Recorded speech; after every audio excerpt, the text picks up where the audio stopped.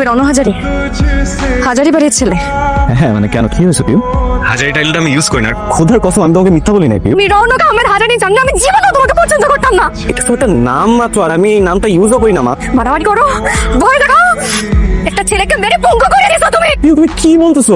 আধা ঘন্টা তো হয়ে গেল, মেয়েটারা আনেন একটু কথাবার্তা কই। জি অন্য কয়টা মামলা আছে? কোনো মামলা নেই। মামলা থাকবে কিসের জন্য? আপনাদের বাড়ির সবার নামে তো কিছু না কিছু মামলা আছে। হাজারি বাড়ির আপনার কি মনে হয়? আঙ্কেল আমার নামে কোনো মামলা নেই। এ বাড়িতে লোকজনের ভয়ে জাতি পারে না, সেই বাড়িতে বুঝতে পারতেছি হ্যাঁ, বুঝতে পেরেছি। এই, আসো, ওঠ। সবাই আমাদেরকে ভয় পায়, কেন হয়? কেউ দেখো এখানে অনেক বড় একটা মিসআন্ডারস্ট্যান্ডিং হচ্ছে, তোমাকে উল্টাপাল্টা কেউ কিছু বুঝাইছে। দেখো আমি আমি ব্যবসা করি, আমি বিজনেসম্যান।